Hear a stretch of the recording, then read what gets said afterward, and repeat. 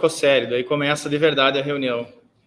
Então, boa tarde a todas e boa tarde também ao nosso convidado da tarde de hoje, professor José.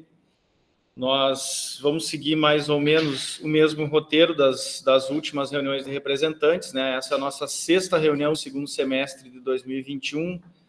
Depois dessa, teremos mais 2 ainda,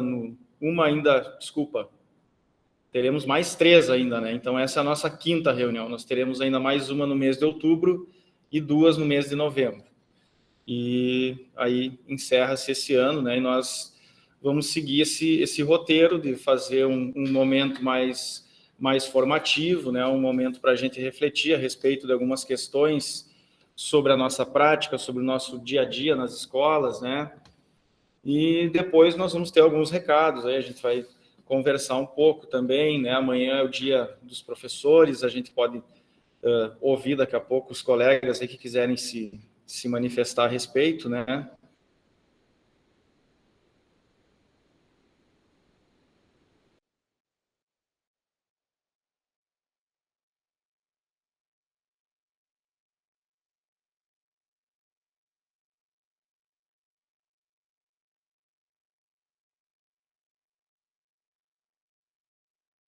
Acho que o Rude travou.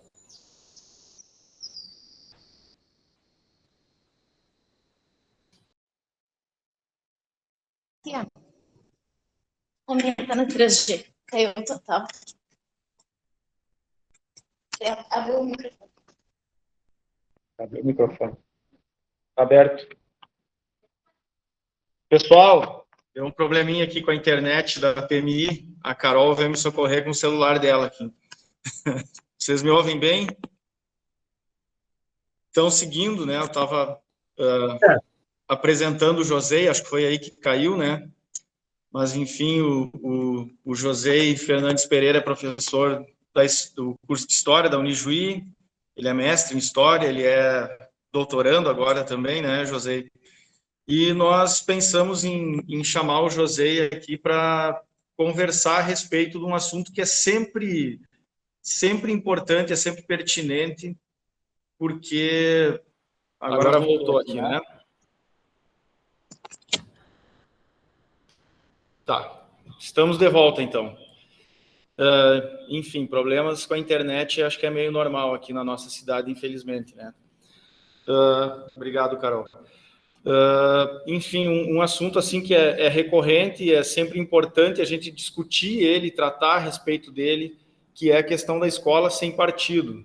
O José é um estudioso do assunto.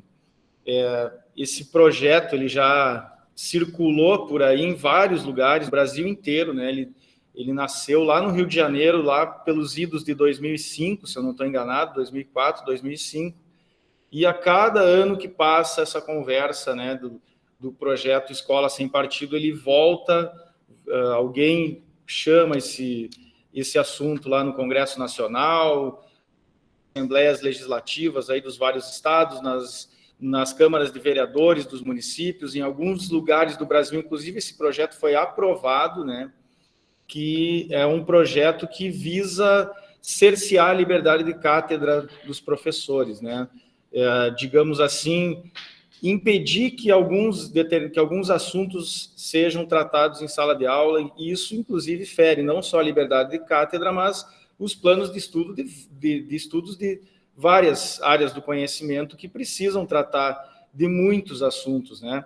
E, para muito além disso, né, existem outras questões que ficam aí implicadas nessa questão desse projeto, né, que ele fere muitos princípios e, inclusive, ele acaba sendo um projeto de um partido único, né, e não apenas não haver partido, e sim ele acaba sendo um projeto de um pensamento único dentro da escola. Associado a isso, nós temos também aí nos últimos anos, né, principalmente de 2019 para cá, o fato de que várias escolas Brasil afora têm adotado aí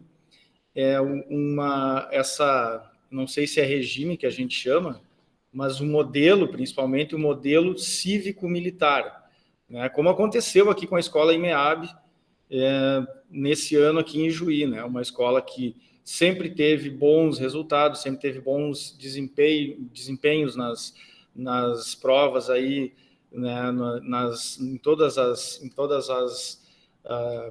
enfim, o IDEB, né, as avaliações externas que acontecem. É uma escola que sempre teve bom desempenho, é também uma escola que não apresenta problemas de cunho disciplinar, né, não é uma escola que enfrenta situações de risco, digamos assim, não se enquadra, portanto, em nenhuma daquelas condições que se apresentavam para que uma escola fosse transformada, né, fosse convertida nesse modelo cívico-militar.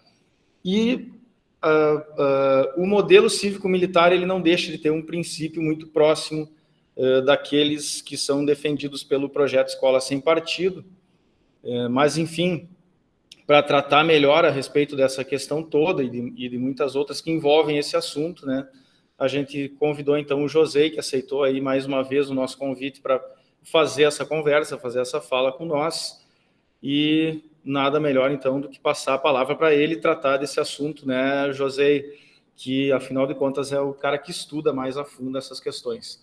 José, muito obrigado aí, já de antemão, te agradecemos muito por tu, mais uma vez, participar e ajudar nesse momento formativo aqui das reuniões de representantes, e passo a palavra para ti aí.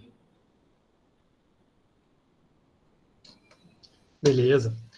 Obrigado, Rudy. Isso aí. Na verdade, como eu te falei, né, estou sempre à disposição, né, para o que precisar, sempre que é possível, sempre que eu puder ajudar de alguma forma a causar essas reflexões, né, a contribuir com as reflexões e problematizar um pouco esses elementos aí que nos impactam diretamente no nosso fazer profissional, né, na educação. Isso é muito importante, a gente precisa estar atento, né, é preciso estar atento a essas questões. Então, são dois temas bem importantes, bem polêmicos, né? Como tudo que envolve aí a gestão pública, né? A governança nesses últimos anos, né? A polemização dos temas, ela tem sido uma ferramenta muito constante. Então, quanto mais polêmico, melhor, né? A curva da polemicidade, ela dá sempre esse salto, né, num primeiro movimento para atrair, né, os seguidores, para atrair haters, para atrair, enfim. Então, e esses dois tópicos, eles são tópicos que são muito passíveis de atração, né, nas redes sociais, né? Por um lado, a Escola Sem Partido, como o Rudy disse, um tema que não é de hoje, né, não é novidade, ele já vai há um bom tempo aí, ele já repercute, embora de formas mais periféricas, né, já há um bom tempo, e mais recentemente ele entrou no centro das discussões, especialmente ali na época das eleições, né, em 2018, foi ali que o tema foi alçado a centralidade, como se disso dependesse toda a estruturação da educação brasileira, né? Se esquece BNCC, se esquece LDB, se esquece todo o esforço de gerações de pensadores nas articulações para a construção de uma política de Estado, né, e não uma política de governo, porque acho que essa aqui é uma grande questão, né? Enquanto a gente continuar tratando a educação como política de governo, a gente nunca vai ter resultados efetivos de longo prazo, porque a educação, ela é um esforço de longo prazo. A gente não vê os resultados de um investimento em educação no curto prazo, a gente vê no longo prazo. Então, a necessidade de um projeto de Estado para a educação brasileira, ela não é de hoje.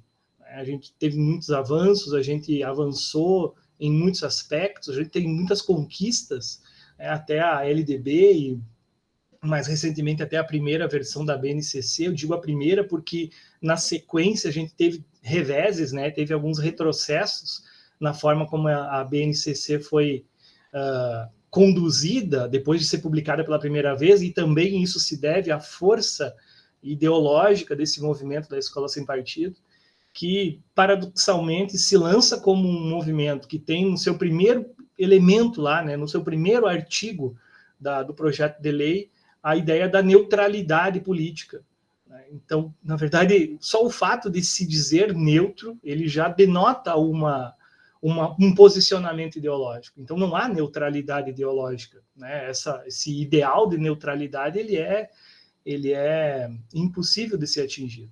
Ele é uma escolha, e ao se fazer essa escolha, e ao se perseguir determinados conceitos, determinados objetos, né, que são alvo dos estudos em sala de aula, enfim, acaba se pendendo, obviamente, essa balança ideológica para o lado que o projeto e os defensores do projeto Escola Sem Partido defendem.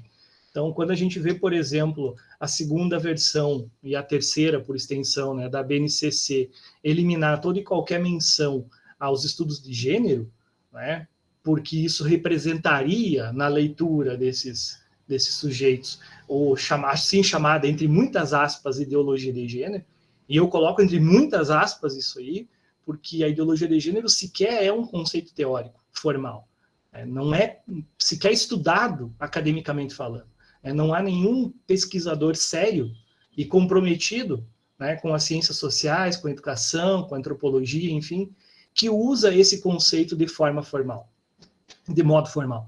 Então, ele é um conceito informal, ele é um conceito que surge aí nessa obscuridade das redes sociais, né, dos fóruns, né, dos 4chan, né, do WhatsApp, enfim, e acaba ganhando a força de uma ideologia muito, muito poderosa que nos arrebatou em 2018, arrebatou as discussões em 2018, virou a centralidade do tema, né? Vocês devem lembrar toda a discussão que envolveu a dita cartilha, né, o chamado kit gay, né, que de kit não tinha nada, muito menos de gay, né, até porque a expressão gay é uma expressão muito antiga, né, e que ainda é usada de forma pejorativa para se tentar atingir os indivíduos de alguma forma, e chegou a parar lá no Jornal Nacional, na mão, né, do então candidato Jair Bolsonaro, né, apontando, né, irregularmente, já que o próprio âncora disse que ele não podia mostrar nenhum material, mas a insistência em mostrar,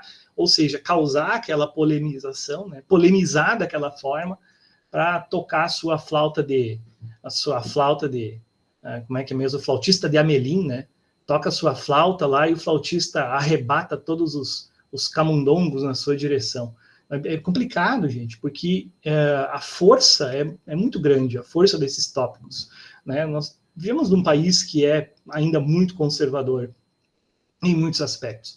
A cultura brasileira, nós temos muita diversidade, temos, né, sabemos disso, sabemos da existência da diversidade, mas ao mesmo tempo que temos essa diversidade, em alguns aspectos, as nossas práticas, o nosso hábito social, ele é muito conservador.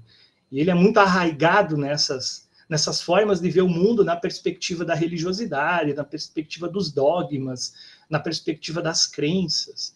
E isso impacta muito nessa questão de como determinados temas, como os estudos de gênero, acabam sendo interpretados de forma equivocada, só que propositalmente, justamente para causar esse mal entendido. O mal entendido faz parte do processo.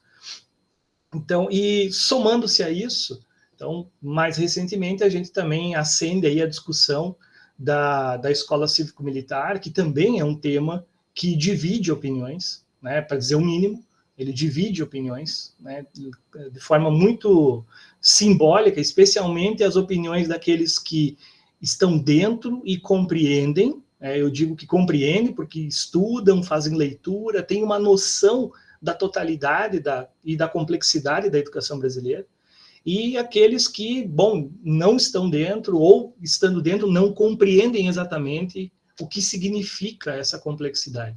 E divide-se, então, as opiniões, né? Ou você é radicalmente a favor, ou você vê com muitas, muitas, muitas ressalvas.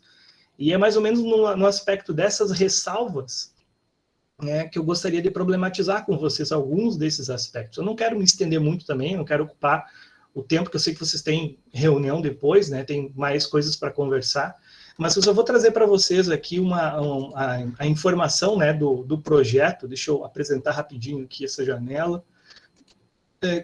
Onde é que está aqui? Que é a síntese, né, um esboço da ideia do Escola Sem Partido. Eu não vou usar todo esse material aqui, só vou mostrar as primeiras informações para mais ou menos situar a discussão que está se tendo, né? Até eu começo aqui com uma citação de um pensador árabe lá do século XIV, né? O Ibn Rushd, também conhecido como Averroes, e lá na Idade Média, então, lá na época das cruzadas, né, do conflito entre o Oriente e o Ocidente, o Averroes já tinha essa leitura interessante. Olha só, a ignorância leva ao medo, né? Eu ignoro, e ao ignorar, eu não compreendo. A descompreensão, né, ou a ignorância de determinado assunto ou conceito, causa o medo. Eu tenho medo disso. O medo leva ao ódio. Né? A tendência natural de quem não lida com seus medos é odiar aquilo que teme. Né? Odiar aquilo que teme. E o ódio leva à violência. Então, essa é a equação. Então, nós estamos vivendo esse contexto, né, de ignorância, que não trabalhada se transforma em ódio. O ódio contra tudo aquilo que é diferente, tudo aquilo que difere da forma como eu penso.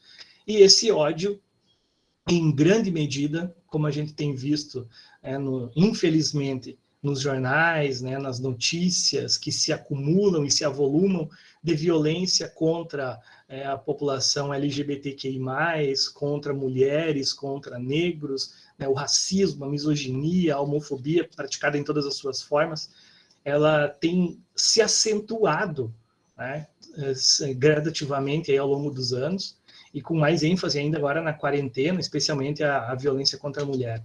E aí nós temos, então, essa frase do Averroes, que nos já causa uma primeira reflexão, né? O quanto a gente desconhece determinados assuntos e trata eles com medo, com ódio e, num extremo, com violência. Né? Então, o Escola Sem Partido, eu já parto aqui de uma tríplice problematização, né? Por um lado, existe uma brecha legal? Né? Será que existe essa brecha legal? Será que existe parcialidade, de fato? Será que os professores são parciais? Será que há essa parcialidade como se admite, né, na intencionalidade do projeto? Ou será que nós estamos vendo aí más intenções sendo mobilizadas por trás desse projeto? Né? Se a gente pensar que a Constituição de 88 ela já determina a liberdade de cátedra, né, embora não nominalmente, então nós já temos aí, não há brecha legal para se falar em defesa da liberdade de cátedra, enfim. A Constituição é clara nesse ponto. Artigo 206, inciso 2, liberdade de aprender, ensinar, pesquisar, divulgar o pensamento, a arte e o saber. Ponto. Está na Constituição. Né? A liberdade de o professor ensinar e a liberdade de os sujeitos aprenderem. Estamos falando de Constituição Federal. Tá? Pela Constituição, a liberdade de cátedra só pode ser limitada quando em choque com outro direito constitucional. E essa aqui é uma dos argumentos que é utilizados como uma hipotética brecha legal. Qual é que é o argumento? O argumento é que, bom, se eu não concordo com a sua opinião, eu não sou obrigado a ouvi-la. Eu não sou obrigado a ouvi-la. Esse é o argumento do Escola Sem Partido. A ideia de que o aluno, né, o estudante, ele é um público cativo. E a palavra cativo aqui ela tem uma força muito grande, porque cativo é o prisioneiro, ele é o escravo. Então, como público cativo, ele é obrigado a ouvir o professor. Logo, se o professor emite alguma opinião que é contrária às convicções desse aluno, né, isso criaria um choque legal, um choque de interesses, que seria inconstitucional. Esse é o argumento. Esse é o argumento introdutório da lei. O movimento, como o Rudy disse, vem lá de 2004. Em 2004 começa a surgir pela primeira vez a ideia, né, de uma escola que afastasse completamente qualquer tipo de discurso, conversa, diálogo ou conceito de ordem ideológica. A ideia era afastar tudo aquilo que, retomando lá o Averroes, tudo aquilo que eu não compreendo. Tudo aquilo que eu não compreendo, logo, eu não quero saber. E tem uma charge muito interessante sobre isso, que remete a um dos conceitos que é um dos elementos também que embasam essa discussão, que na verdade é um conceito teórico, diga-se de passagem, que é a teoria da evolução das espécies de Charles Darwin. Né? A teoria da evolução das espécies, como o nome diz, ela é uma teoria científica, e aí também temos aqui um ponto bem complicado, que é a utilização equivocada do termo teoria. No senso comum, teoria é aquilo que não está comprovado. Eu tenho uma teoria, como teorias da conspiração. Não. cientificamente falando, a teoria é o conjunto de pesquisas, de várias ordens, de vários tamanhos, de vários objetivos que apontam para um resultado comum. Quando eu tenho muitas pesquisas desenvolvidas que apontam para o mesmo resultado, eu tenho uma teoria. Então, não é só a pesquisa do Darwin que aponta para a teoria da evolução das espécies. É todo um conjunto de aspectos do mundo da ciência que aponta para essa teoria. Mas não, é só uma teoria. O Darwin é só uma teoria, a evolução é só uma teoria, isso vai contra as minhas convicções, logo eu não quero saber disso. E aí tem aquela charge que eu mencionava, né? Eu não entendo a evolução, porque eu não estudo a evolução. Eu não estudo porque eu não concordo com a evolução. E eu não concordo porque eu não entendo a evolução. E eu não entendo porque eu não estudo. Eu não estudo porque eu não concordo. Eu não concordo porque eu não compreendo. E nesse círculo vicioso, eu nunca vou me abrir o suficiente, eu nunca vou me deixar permear para compreender o que o conceito significa. Não, vai contra as minhas convicções, então eu não quero nem saber. E aí eu acabo não sabendo mesmo. E, de novo, tudo aquilo que a gente não compreende, a gente teme. Tudo aquilo que a gente teme, a gente tende a odiar. E tudo aquilo que a gente odeia, a gente tende, como seres humanos, a violentar. A violência contra aquilo que se odeia. Então, o ódio, ele é uma ferramenta muito, mas muito perigosa. Quando usada dessa forma política, né? Ideologizada. Então, é disso que a gente está falando aqui. A gente está falando do uso do ódio como ferramenta política. Como ferramenta para organização e arrebatamento dessas massas políticas. Então, tem um termo aqui que é muito importante. Escola sem partido. Se a gente pega só isoladamente esse título, ele parte de uma premissa válida. Ninguém questiona o título. É óbvio que a escola não tem que ter partido. Ponto. Isso não está nem em discussão. A escola não tem partido. Né? Partido no sentido partidário, né? Partidarismo, parte. Né? A escola pública não deve ser utilizada como espaço qualquer de qualquer tipo de doutrinação, seja ela política, religiosa ou ideológica. Isso está fora de cogitação. O problema é que, em meio a toda a discussão que se dá dentro dessa questão, o projeto ganha visibilidade com um nome, com uma nomenclatura que é muito forte, que é convincente. Só no título ele já convence muitas pessoas, mas o conteúdo é extremamente problemático. Né? Diferente do que o título propõe, o projeto, né, que aliás foi apresentado em muitas versões diferentes, né, sendo que a versão mais recente é a que estava sobre a relatoria do Cristóvão Buarque, e acabou sendo retirada e rejeitada pelo próprio autor, o próprio Magno Malta, que foi o autor do projeto, retirou ele de pauta em 2017, às vésperas da corrida eleitoral. Então, na Câmara, ele está sob relatoria do Erivelton Santana, um partido de base religiosa, inclusive, né? E ele está disponível também lá no site do Movimento Escola Sem Partido, embora sejam 3 versões diferentes. Então, a versão que circulou no Senado, ela é diferente da versão que circula na Câmara, que, por sua vez, é diferente da versão que está lá no site do Escola Sem Partido, do movimento, né, .org. Então, já começa o problema. O que está se discutindo, na verdade? Está se discutindo o projeto do Senado? A gente está discutindo o projeto da Câmara? Hoje a gente está discutindo as ideias aí do camarada lá que criou esse site do Escola Sem Partido, que é um advogado lá de São Paulo. Hoje eu vou lembrar o nome dele.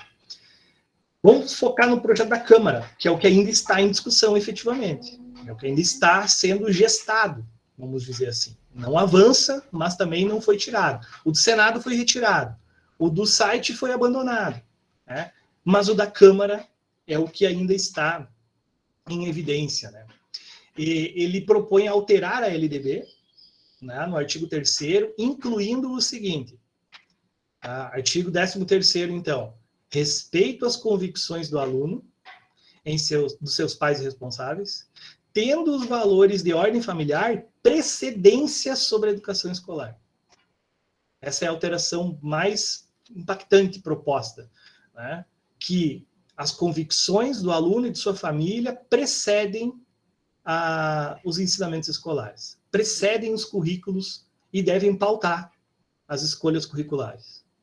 Nos aspectos relacionados à educação moral, à educação sexual, à educação religiosa, vedada a transversalidade ou técnicas subliminares para o ensino desses temas. Não, até dá para dar um desconto aqui no final, porque talvez quem fez esse texto não compreenda exatamente o significado de subliminaridade, mas enfim. Então, olha o tamanho do problema. A minha convicção religiosa, moral ou sexual, ela deve ter prioridade dentro da sala de aula nas escolhas que o professor faz curriculares.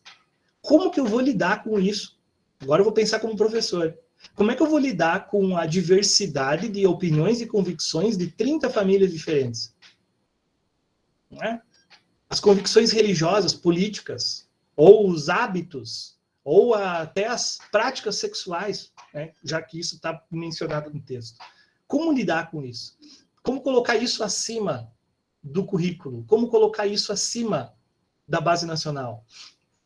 Então já começa aqui o problema, de cara, né? A primeira proposta. A única justificativa que se dá oficialmente é o que o Brasil ratificou a Convenção Americana de Direitos Humanos, e aí cita-se o artigo. Lá na Convenção de Direitos Humanos da América Latina, da América, artigo 12, os pais, quando for o caso, e os tutores, têm direito que seus filhos e pupilos recebam educação religiosa e moral que esteja de acordo com as suas convicções. Beleza, ok. Ele pode receber essa educação em qualquer outro lugar. Não é a escola que deve se submeter às convicções religiosas individuais das pessoas. Esse é o ponto. A ideia é submeter a autonomia pedagógica da escola às opiniões e às particularidades de cada sujeito, de cada família. Então, o projeto retirado do Senado em 2017 tinha mais um anexo que tinha muitas dúvidas e que eu vou botar aqui só para encerrar essa primeira parte, tá? Esse anexo propunha o seguinte, são 2 artigos, vou botar tudo na tela. Primeiro artigo, a inclusão do projeto Escola Sem Partido na LDB, como eu já mencionei. Segundo artigo, que é esse anexo. A educação nacional atenderá aos seguintes princípios. Primeiro, neutralidade política, ideológica e religiosa do Estado. Né? Falávamos sobre isso, né? A ideia de neutralidade. Pluralidade de ideias no ambiente acadêmico. Liberdade de aprender e ensinar, liberdade de consciência e crença, reconhecimento da vulnerabilidade do educando como parte mais fraca da relação de aprendizagem. Então, aqui também tem uma questão de ordem quase preconceituosa, né? Em relação a essa subjetividade do educando. A parte mais fraca da relação de aprendizado. O educando sempre vai ser frágil, vulnerável, susceptível, né, manipulável. O texto já trata o sujeito escolar de uma forma, de forma a pensá-lo como um ser submisso, moldável, né, manipulável. O texto trata o sujeito dessa forma. O texto do projeto. A educação e informação do estudante quanto aos direitos e suas liberdades de consciência e crença e o direito dos pais a que seus filhos recebam educação religiosa e moral de acordo com as suas próprias convicções. De novo, faz menção aqui ao parágrafo aquele lá da Convenção dos Direitos Humanos da América. Beleza? Ótimo. Concordo plenamente.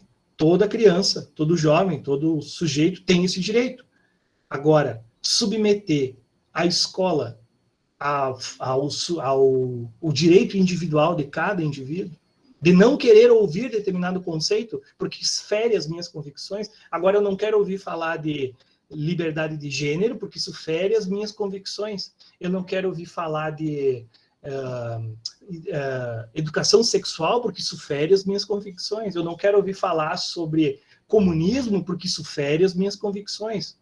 Eu não quero ouvir falar sobre evolução das espécies, porque isso fere as minhas convicções. Então, o que vai sobrar? O que sobra? Se eu tirar tudo aquilo pelo qual alguém eventualmente vai se sentir ofendido, o que sobra? O que vai sobrar? Né? Vai sobrar uma escola profundamente marcada pela lógica, e agora eu vou abrir o outro material aqui que eu preparei, que é bem curtinho também. A escola pensada dentro dessa lógica, onde ela praticamente perde a sua função de fato, né? Pautada exclusivamente por essa formação, especificamente falando, ideológica, de fato, né? E agora eu vou tentar problematizar esses elementos aqui também. Eu fiz uma pesquisa, eu não sou estudioso desse tema em especial. Eu fiz bastante leitura sobre a escola sem partido, embora não é a minha área de pesquisa, eu trabalho com outros campos, mas por força das circunstâncias, né, eu me vi na iminência de tentar entender o que estava acontecendo, né, como formador de professores também. Mas esse tema da escola cívico-militar, eu tenho acompanhado ele em leituras em cotidianas, enfim, e ele também me desperta muita preocupação, porque ele vai ao encontro, em muitos aspectos, daquilo que a escola sem partido também prega. Né? E eu estou falando pregar no sentido pregação mesmo, porque tem uma pregação ideológica embutida aqui. E a gente precisa se dar conta disso. Então, eu trouxe alguns elementos para ilustrar essas questões. Tá? Em primeiro lugar, pensar que, bom, nós temos dois tipos de escola no Brasil, resumidamente falando. Nós temos escolas privadas e escolas públicas, ponto. Escola privada e pública, a gente consegue ver bem claramente a diferença, né? A privada, ela pode ou não ser confessional, ou seja, ela pode ter uma determinada confissão religiosa, pode ser uma escola evangélica, pode ser uma escola católica, pode ser uma escola protestante, enfim. Ela tem essa liberdade garantida pela Constituição, inclusive. Ela é privada, ela atende a um segmento em específico, ela é particular, enfim. E a escola pública, que tem uma outra delimitação. A escola pública, ela se subdivide em três, como a gente vai ver agora.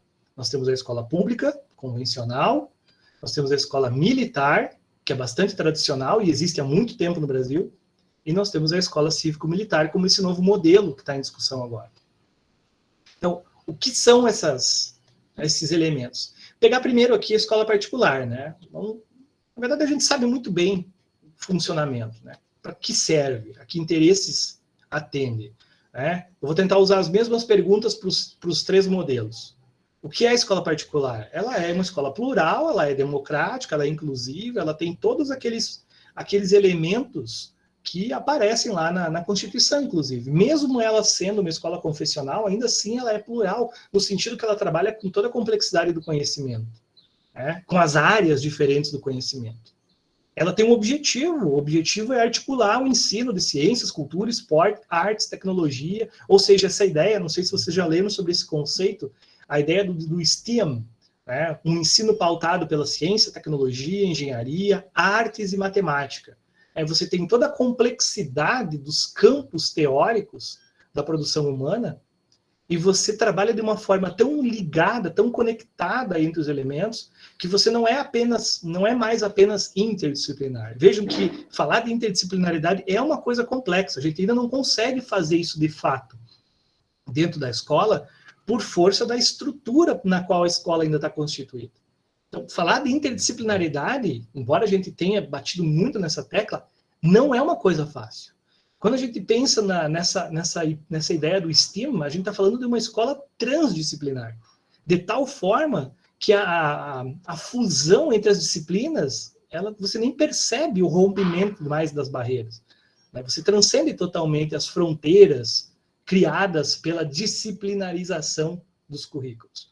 A gente pega como exemplo aí as grandes processos criativos que estão sendo feitos em escolas lá de ponta, né, no norte da Europa, tipo a Finlândia, que é um exemplo que aparece frequentemente como um exemplo de grandes avanços promovidos nesse campo, de trabalhar com essa dinâmica do STEAM, né? Ou seja, toda a complexidade do conhecimento de forma integrada, e não mais repartida em horários, né, em disciplinas, em tempos.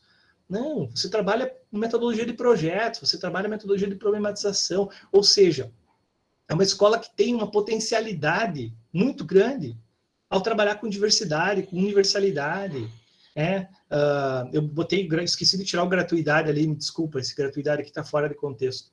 É uma escola que tem como potencial a infraestrutura, né? Profissionalismo, profissionais muito bem formados, qualificados, pós-graduados. Né? É um comparativo que a gente precisa fazer. A escola particular, ela possui muitas vantagens e muitas potencialidades. E ela atende a um público específico, classes médias altas. Né? Classes médias altas. E aqui eu não estou nem pensando nas escolas que a gente possui na cidade, por exemplo. Embora nós também temos escolas que atendam um público bem específico. Mas quando a gente vai para os grandes centros urbanos, eu estou falando de escolas aí que têm mensalidades superiores a um curso de medicina. Né? Escolas de ensino médio que têm mensalidades superiores a um curso de medicina. Isso é muito comum em cidades grandes. Escolas que formam dentro de uma complexidade enorme. Mas elas também têm fragilidades. Elas são exclusivas, elas hierarquizam, e elas têm uma pressão social muito grande por resultados. O aluno dessas escolas ele é constantemente assediado por essa necessidade de dar resultado, né? De atender aquilo, atender as expectativas dos pais, da família, da própria escola, dos colegas, da sociedade como um todo. Então, vejam. Mas aí a gente vai para a pública. Né? A escola pública, o que ela é? Ela é, pelo menos no nosso desejo, no nosso íntimo, idealmente falando, ela é a escola que deve ser laica, que deve ser plural, que deve ser republicana, pública, né? Para res pública, que deve ser inclusiva. Tem o mesmo objetivo, em tese. Em tese, o objetivo é o mesmo. Articular ensino, ciência, cultura, esporte, tecnologia. Para quem que ela serve? Ela serve para 80% da população dos jovens em idade escolar nesse país. 80% das crianças em idade escolar estão em escolas públicas. 20% se dividem entre privadas, militares e, mais recentemente, cívico-militares. Tem potencialidades? Tem, e talvez as nossas maiores potencialidades sejam justamente a diversidade e a universalidade. O fato de que ela deve estar em todos os lugares e atender todos os públicos. Logo, ela precisa trabalhar com a diversidade. Então, já tem um primeiro elemento de choque aqui. Como que uma escola pública, que trabalha com a diversidade e universalidade, vai se deixar regrar pelos interesses individuais e particulares das famílias? Não faz sentido. Não faz sentido. Por isso que eu digo, a família tem esse direito de buscar uma educação condizente com seus padrões? Tem. E ela também tem o direito de buscar uma escola confessional, uma escola que atenda a esses interesses. Mas a escola pública não pode atender os interesses individuais, porque ela é universal, porque ela é republicana, porque ela é laica. Né? E nós temos problemas de infraestrutura, nós temos problema de salário, nós temos problema de precariedade. Né? E até eu coloquei um dado aqui que é perturbador, né? Segundo dados do Ministério da Educação, isso aqui é de 2018, esses dados, tá? Não estão tão atualizados, mas eles são chocantes, né? Considerando que o Rio Grande do Sul está na ponta da tabela. Último colocado nesse ranking, que é o ranking do piso salarial, pago pelo Estado. Último lugar. Abaixo do piso aqui os 5 estados com o gráfico laranja, né? Acima do piso aí os estados em azul. Muito acima do piso, mais do que o dobro lá no Mato Grosso do Sul e no Maranhão. Estados que historicamente têm dificuldade de atrair profissionais, agora estão conseguindo fazê-lo justamente pela oferta de salários muito acima da média nacional. Então, olha a disparidade que nós temos aqui. Olha a disparidade. Quase 5 vezes mais salário em relação ao último e o primeiro colocado da lista. Então, isso é um problema gritante. Esse problema é gritante. E esse problema eu vou retomar daqui a pouquinho. Tá? Atentem para esse dado importante, que é a disparidade salarial. A escola militar, ela é muito tradicional no Brasil, ela existe há muito tempo. Desde o processo da independência, aí nós já temos escolas militares. O que ela é? É uma escola com autonomia para montar seu próprio currículo, montar sua estrutura pedagógica, pode contar, inclusive, com militares como professores. A escola militar, diferente da escola cívico-militar, e eu já vou mostrar esse detalhe, a escola militar ela tem total autonomia pedagógica. Ela pode montar os seus currículos de acordo com os seus interesses. Ela não obedece aos mesmos parâmetros da escola pública, como a gente conhece, né? Ela tem essa prerrogativa, ela tem esse marco. Qual é o objetivo dela? É bem pontual. O objetivo da escola militar é tornar a própria carreira militar atraente para os descendentes, né, para os filhos dos militares. Então, para quem que ela serve? Ela serve especificamente a essa categoria. Tanto é que ela tem vagas reservadas. A escola militar tem reserva de vagas para filhos de militares, justamente no intuito de incentivá-los a seguir carreira militar.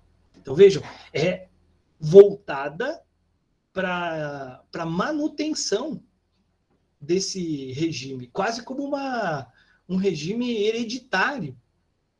É quase como uma hereditariedade.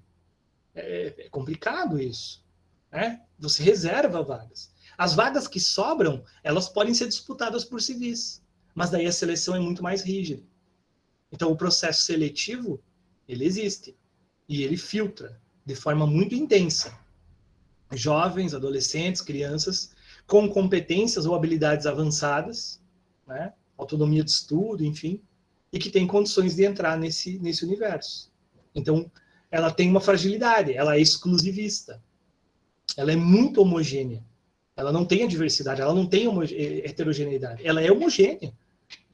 Né? Até porque ela não tem a obrigação de ser universalista e nem plural, ela não tem essa obrigação.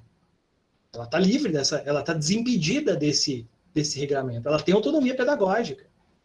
E ela também tem uma pressão social por resultado muito grande, né? Dado que a potencialidade vai bem nesse sentido, né? Formar para exames seletivos, né?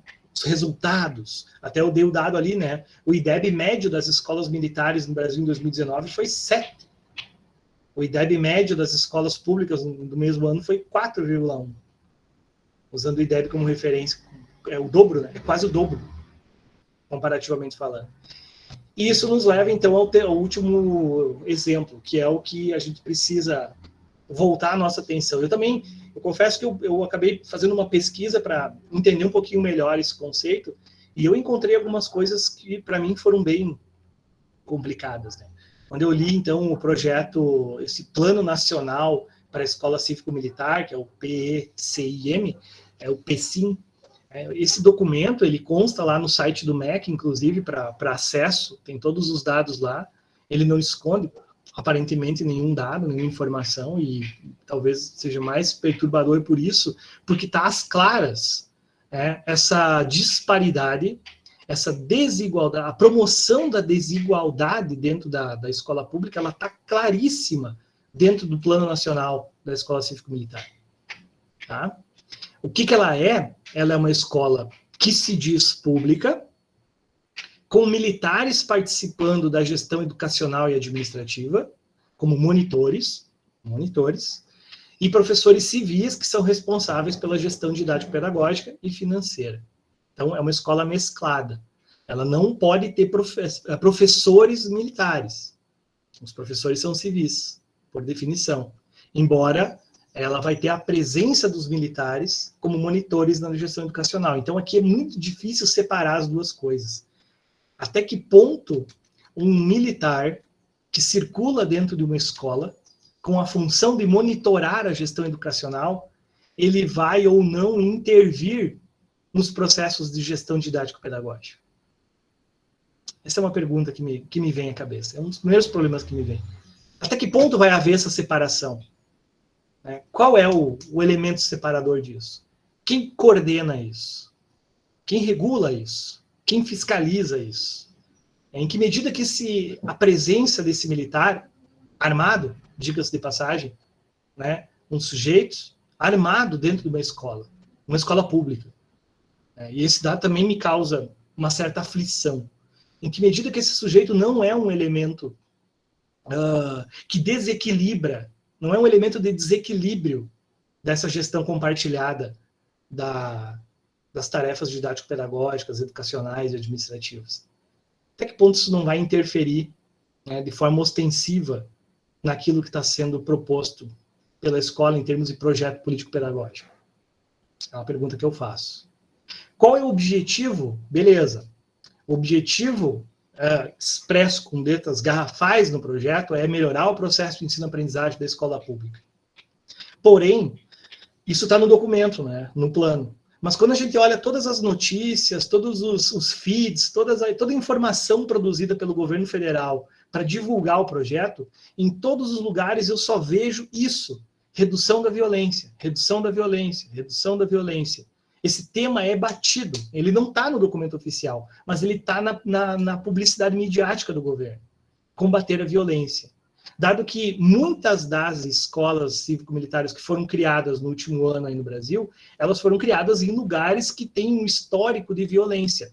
E aí tem um outro problema de ordem sociológica muito grave, que é atribuir a um local violento as causas da sua própria violência, como se a violência fosse um fenômeno endêmico. Ah, não, determinado bairro é violento, então a violência está lá, a violência é de lá, a violência é deles. Não, a violência faz parte de todo o sistema urbano daquela cidade.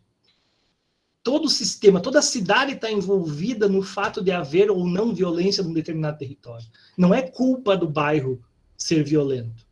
É a sociedade inteira daquele contexto que tem relação direta ou indireta com a existência dessa violência. Então, quando você atribui a um bairro, e dentro desse bairro uma escola, os problemas da ordem da violência pública, e você justifica que uma escola muito regrada, muito dura disciplinarmente, né, com inspetores armados nos corredores, vai ser o problema para a redução da violência, você está insistindo nesse erro sociológico de atribuir àquele lugar as causas da sua própria violência.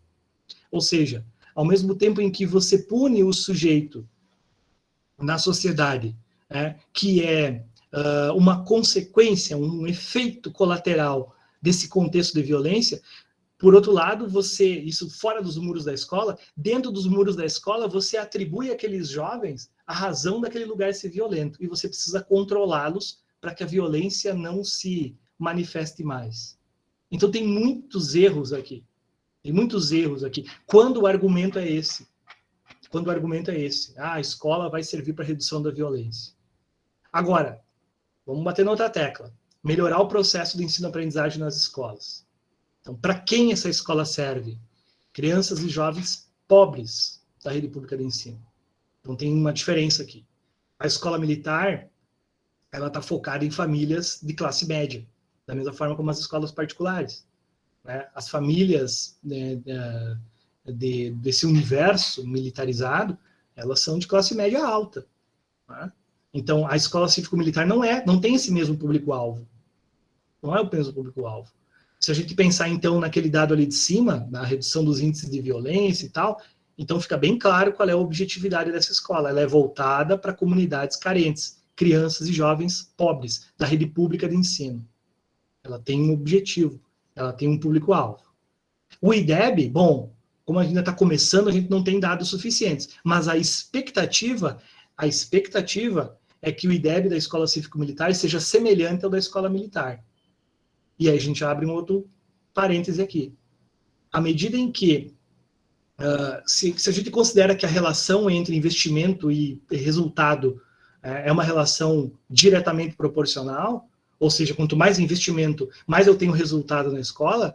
Então, à medida em que eu coloco recursos na escola cívico-militar para ela ser assim, essa escola tende a melhorar os seus índices. O que vai acontecer com uma escola que precisa melhorar continuamente seus índices para continuar tendo essa prerrogativa de ser cívico-militar e continuar recebendo recursos adicionais?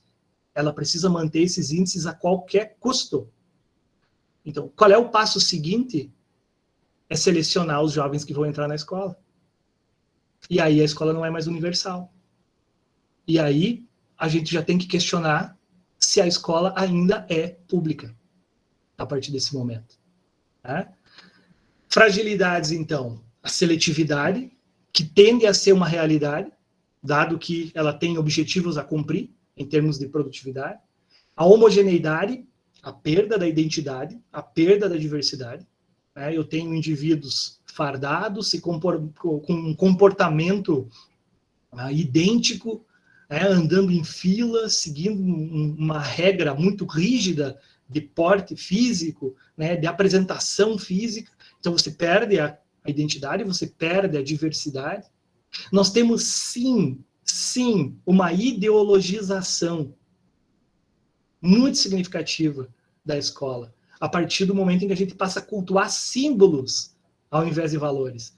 E não me diga que o patriotismo é um valor. Não, o patriotismo não é um valor. O patriotismo é uma simbologia. E ele segue o culto de simbologias. Agora, qual o significado dessas simbologias? Quais são os valores implicados em botar a mão no peito e cantar o hino nacional na frente de um retângulo de pano? Qual é a simbologia disso? O que se pretende com isso? Qual é o ponto final desse movimento?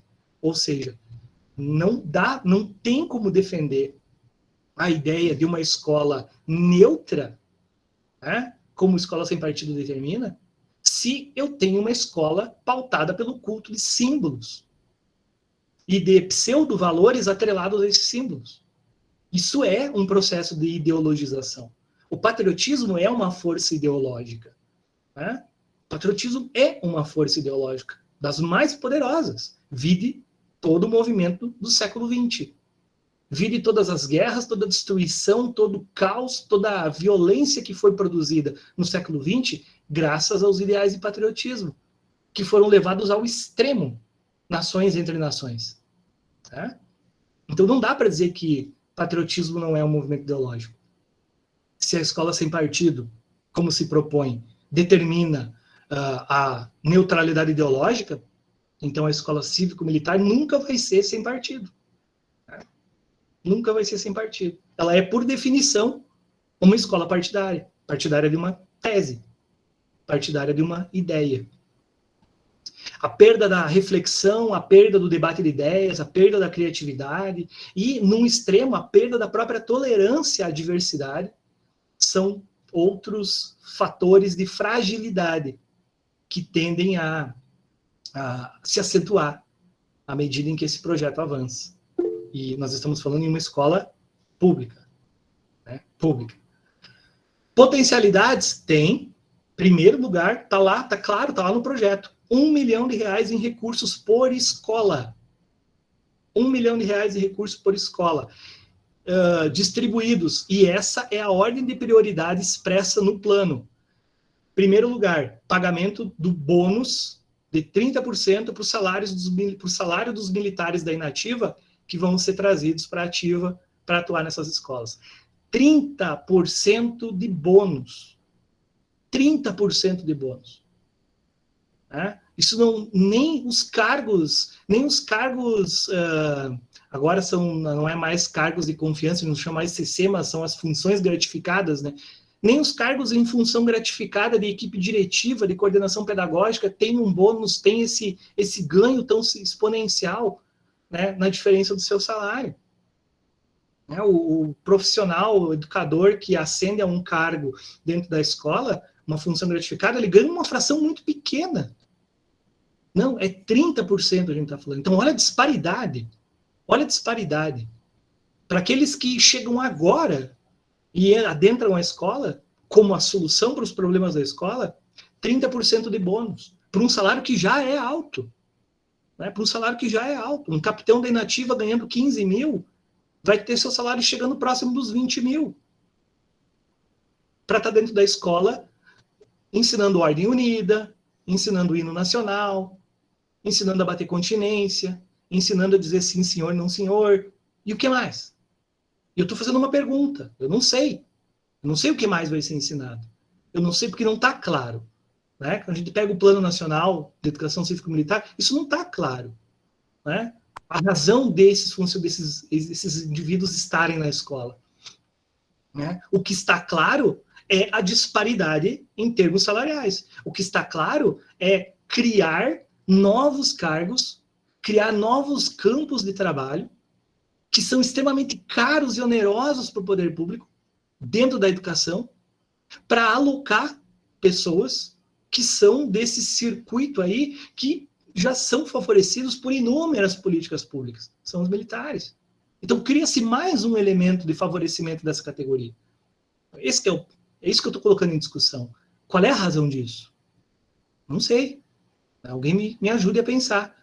Em ordem de prioridade, então, segundo lugar, aquisição de uniformes. Terceiro lugar, se sobrar, investimentos em infraestrutura. E é nessa ordem que está a alocação de recursos. Nessa ordem.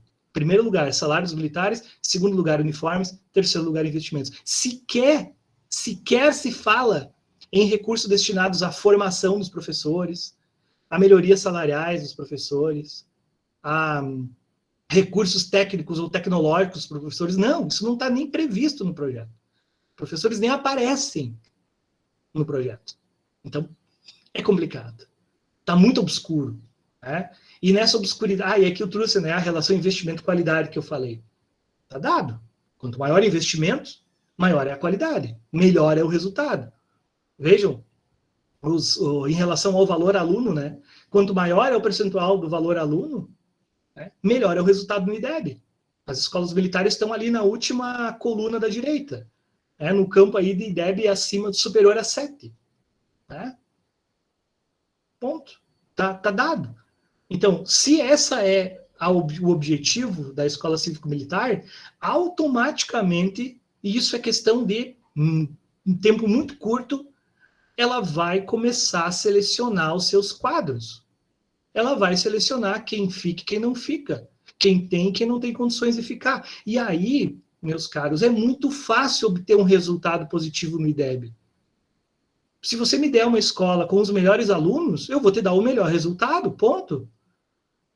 O difícil é ter bons resultados com uma escola heterogênea, com uma escola que tem alunos com problema de aprendizagem, uma escola que tem problemas de infraestrutura, uma escola que não tem recurso, uma escola que não tem professores bem capacitados ou motivados para o seu trabalho.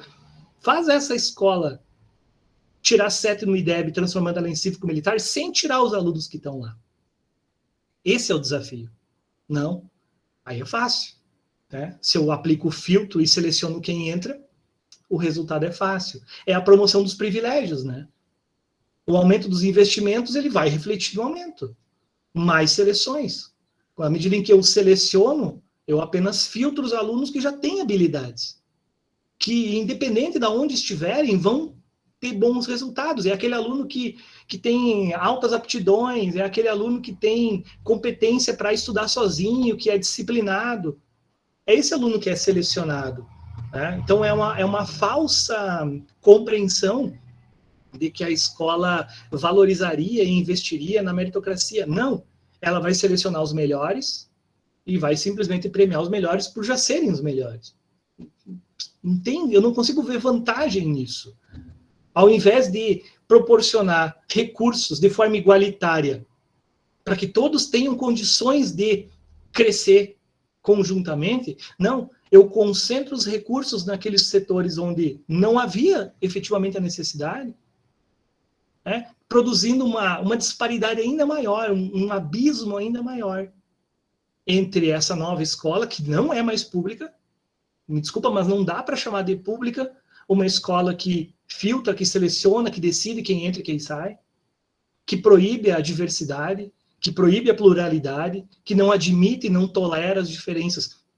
Ela não é mais pública, ela não é mais res publicae, ela não é mais uma escola republicana. Então, a ideia do cívico-militar, ela é um conceito muito vago. É um conceito muito vago. No fundo, é uma escola militar que aceita professores civis. E não o contrário. Né? Formação, preparação, e aqui eu vou usar uma frase bem forte do Renato Giannini, né? Foi ministro da Educação recentemente no Brasil, e ele está falando sobre, ele está participando de uma entrevista aqui sobre esse modelo da cívico-militar no estado de Goiás, e ele é muito duro na forma como ele se reporta. Em um período fundamental de formação, ao invés de educar, você adestra e disciplina o sujeito. O que o governo de Goiás está fazendo é renunciar à formação dos sujeitos, renunciando à função da escola. A escola cívico-militar, na forma como o Giannini está criticando aqui o estado de Goiás, no estado de Goiás, ela renunciou à lei de diretrizes e bases. Ela renunciou aos princípios que norteiam a educação na própria Constituição Federal. Ela está simplesmente adestrando e não formando. Formação é uma coisa. Formação é o que a escola pública deve fazer. É o nosso objetivo como tal. Preparação, em geral, é o que a escola militar faz. Preparação é o que a escola particular faz. Vai preparar o indivíduo para ocupar um lugar na sociedade. Que lugar é esse? O lugar de destaque.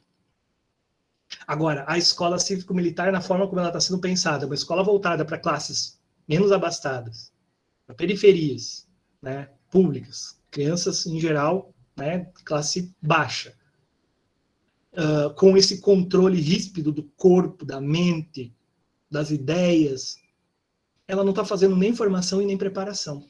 Ela está entrando num novo segmento, que é literalmente, nas palavras do Renato Giannini, adestramento. E isso é perturbador. Isso é perturbador. Tá? E, de novo, os mesmos alvos.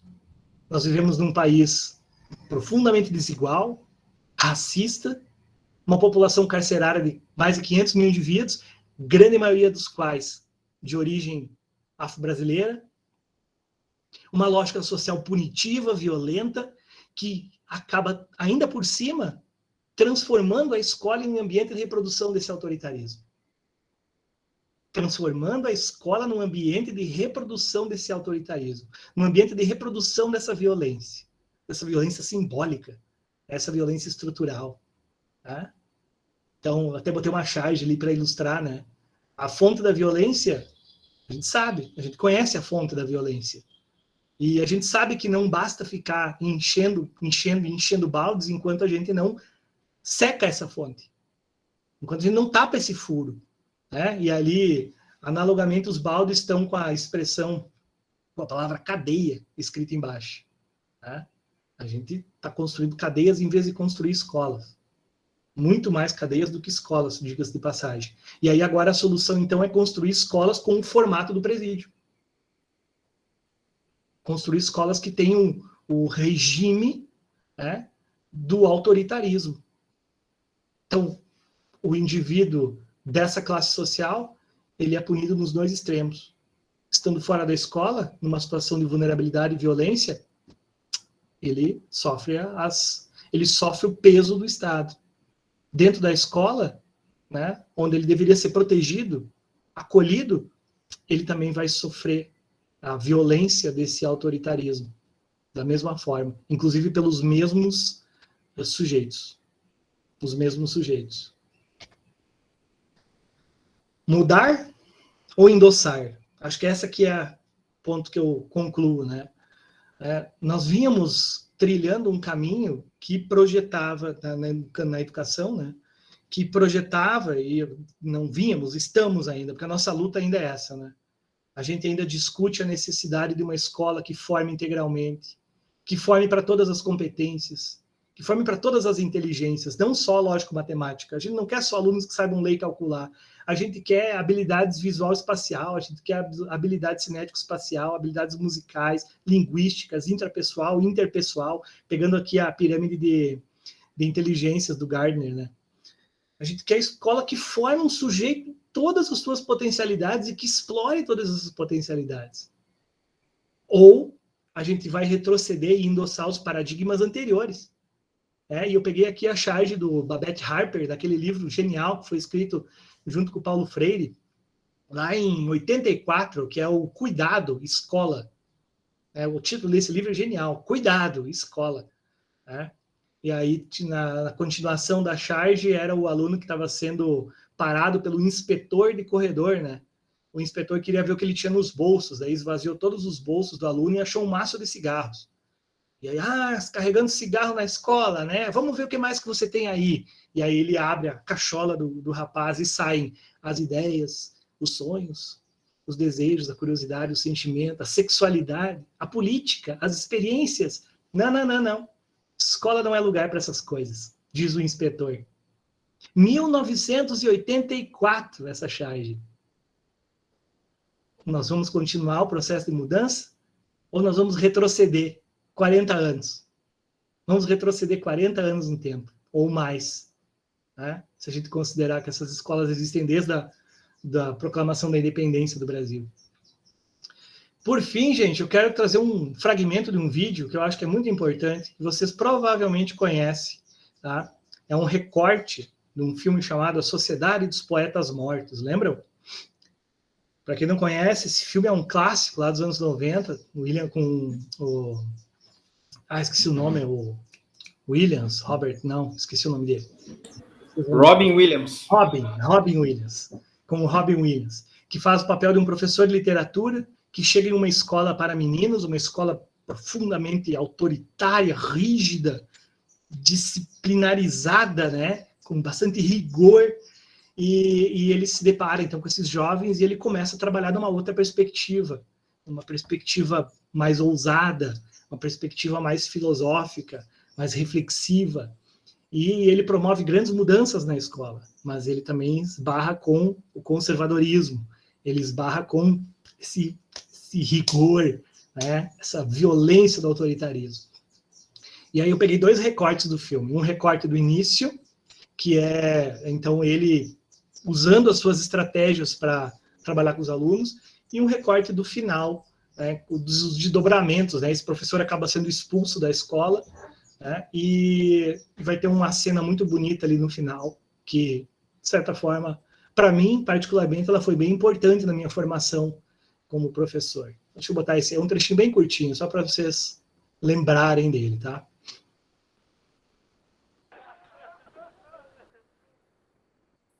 Por que eu estou em pé aqui? Alguém sabe? Fica mais alto. Não?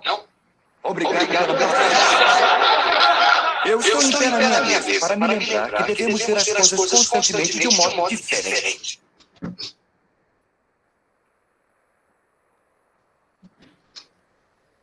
O mundo parece muito diferente aqui de cima. Se não acreditam, venham ver vocês mesmos. Venham. Quando vocês pensam que sabem alguma coisa, precisam ver de outra maneira, ainda que pareça bobagem ou errado. Vocês devem tentar, quando lerem, não considerem apenas o que o autor acha. Considerem o que vocês acham. Cavalheiros, vocês devem procurar encontrar suas próprias vozes. Porque quanto mais esperarem para começar, menos chances vocês terão de encontrar. Thoreau disse: a maioria dos homens leva uma vida de tranquilo desespero. Não se deixem levar por isso. Reajam. Não se matem como os lemingues. Olhem ao seu redor. Muito bem, Sr. Frisk. Obrigado. Precisam se lançar e descobrir novos campos. Além de suas composições, quero que componham um poema de vocês. Um trabalho original. Eu vim buscar as minhas coisas. Devo voltar depois. Só uma observação, ali era uma cena mais no início do filme, né? Então vejam, ele mandando os alunos subir na classe e olhar as coisas sobre outra perspectiva. Ele é professor de literatura, né? Vocês precisam olhar as coisas sobre outras perspectivas. O que isso significa? Isso significa que a gente precisa de diversidade. Né? A gente precisa exercitar a empatia, a gente precisa exercitar o colocar-se no lugar do outro. A gente precisa valorizar as diferenças. Tem uma outra cena que eu fiquei tentado a colocar também, mas ia ficar muito comprido, que é a cena em que ele manda o jovem abrir a primeira página do livro de poesia e ler a parte que dizia as regras de um poema. E aí tinha lá como que a gente avalia um poema. A gente traça uma linha assim, a gente traça uma linha assim e faz um gráfico da qualidade do poema em relação à sua potencialidade linguística e aí blá, blá, blá, e pode parar aí a leitura. Arranca essa página.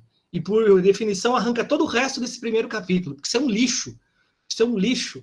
Não dá como, não há como regrar dentro de 2 linhas, né? 2 linhas simbólicas, a qualidade de um poema, porque isso é subjetivo. Então, olha a pegada aqui, né? A ousadia. O que aconteceu com esse professor? Bom, no filme ele foi expulso da escola. E aí essa aqui é a cena onde ele está sendo retirado, né? Depois da aula. Pegue agora, Sr. Keating. Se o índice de perfeição do poema for colocado na horizontal... Sr. Keating! Eles forçaram todo mundo a Silêncio, Sr. assinar! Anderson! Por favor, acredite em mim! Eu acredito em você, Todd. Saia, Sr. Keating! Mas a culpa não foi dele! Sente-se, Sr. Anderson! Mais uma indisciplina dessa e qualquer um será expulso desse colégio. Oh, capitão, meu capitão! Sente-se, Sr. Anderson! Não se atreve! Está me ouvindo? Oh, capitão, meu capitão! Sentem-se! Sentem-se todos! Eu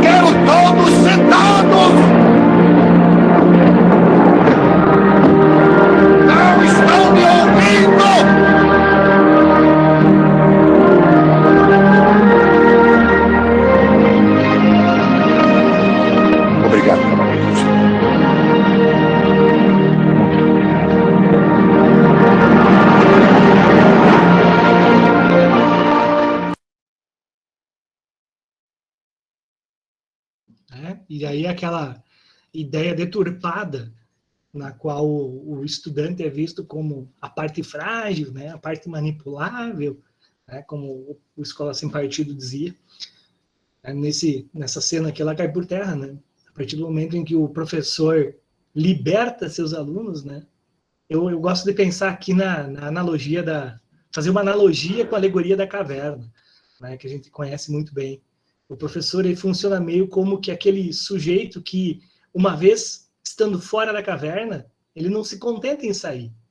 Ele decide voltar e buscar o máximo possível consigo. Nem sempre ele consegue, mas ele continua tentando, né? Ele insiste. E é mais ou menos nesse sentido que eu coloco as reflexões, né? Nós temos um projeto diante de nós.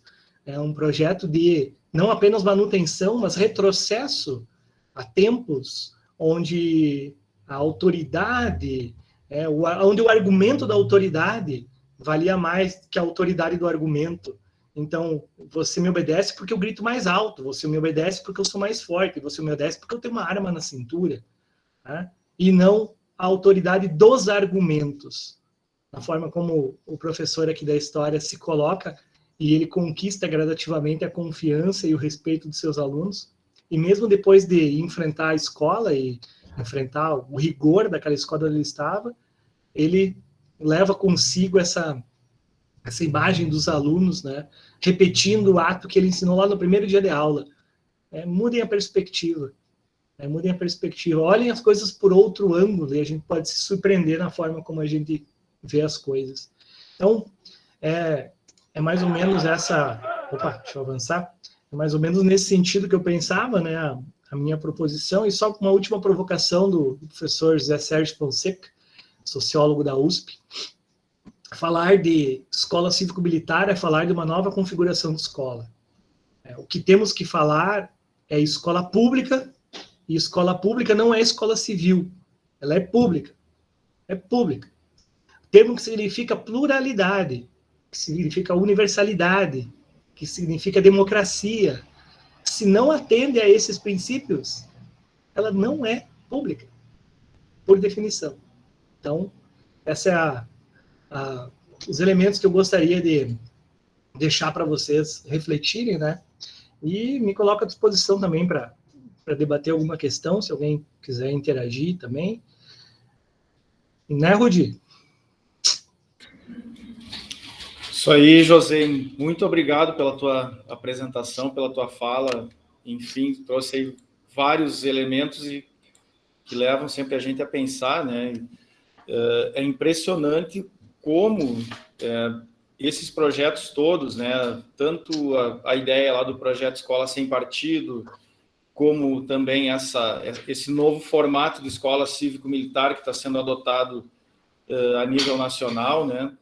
Como esses projetos eles são elaborados por pessoas e por talvez instituições também, né, que não têm relação nenhuma com a educação, que não tem uma formação pedagógica, não tem uma formação nas licenciaturas, não conhece o chão da escola, né, principalmente da escola pública, né, quando tu traz essa comparação, essa diferenciação entre o que é público e o que é privado, e aquilo que é oferecido na escola privada, que é também uma opção, né?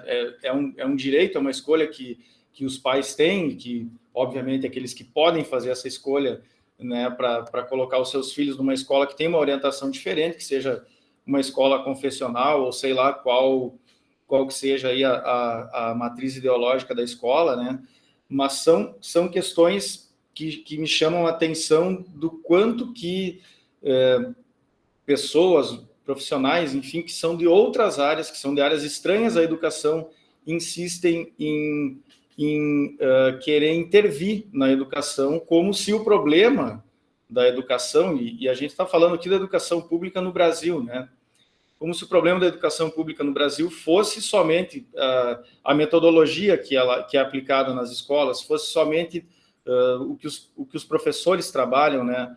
Quando a gente tem aí o exemplo da escola cívico-militar, com alguns militares circulando pela escola, não se sabe exatamente ainda na prática como que isso vai se aplicar, né? Mas que, pelo simples fato de existir pessoas estranhas à escola, parece que aqueles que estavam até então não estavam dando conta do seu trabalho, não estavam conseguindo fazer, desempenhar suas funções, né? E a gente sabe que o problema não é esse, né? Os problemas associados à educação pública no Brasil, eles são os mesmos problemas da sociedade brasileira, de um dos países mais desiguais do mundo, de um país que tem das maiores concentrações de renda do mundo, ao mesmo tempo que nós temos aí 240 bilionários, é uma coisa assim, nós temos aí 80 milhões de pessoas em insegurança alimentar, que não sabem o que vão comer no dia de amanhã. Isso significa que nós temos no nosso país aí mais ou menos uns 8 Haitis, né? Enquanto algumas pessoas se preocupam em olhar para outros lugares, olha como é que está a Venezuela, olha como é Cuba, né? Estou citando, né? Não é por acaso esses 2 países. Bom, e o Haiti, como é que está?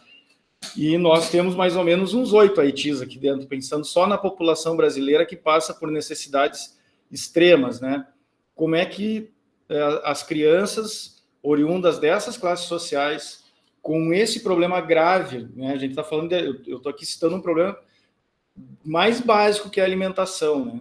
Como que essas crianças, esses adolescentes vão acessar a escola, as meninas que não têm nem mesmo a possibilidade de usar um absorvente, né, no seu período menstrual, e que, enfim, né, vocês sabem o que aconteceu na semana passada. Como que essas pessoas vão acessar a escola e vão conseguir, antes de mais nada, vão conseguir se adequar a um ambiente, né, um ambiente escolar, que muitas vezes também não está preparado para receber todo esse pessoal na sua estrutura. Então, o problema começa por aí, começa pela desigualdade, começa pela pobreza, pela miséria, e não pelo despreparo dos professores, que a gente também, acho que sempre a gente tem que questionar, né? O próprio Paulo Freire sempre fala da questão de refletir a respeito da própria prática, né? Ele relatou isso várias vezes na sua produção acadêmica, mas não é com a inserção de, enfim, profissionais. E aqui eu também não quero duvidar da boa intenção dessas pessoas. Daqui a pouco elas acreditam que elas possam ajudar mesmo, né? O pai dessas ideias, eu não duvido que daqui a pouco, lá no fundo, ele pense que ele possa ajudar de alguma forma.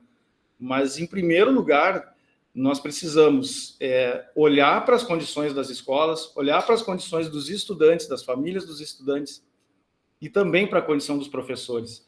Só para fazer um paralelo aqui, o José trouxe na apresentação a questão do abono salarial aí para os militares que vão adentrar nas escolas públicas, né?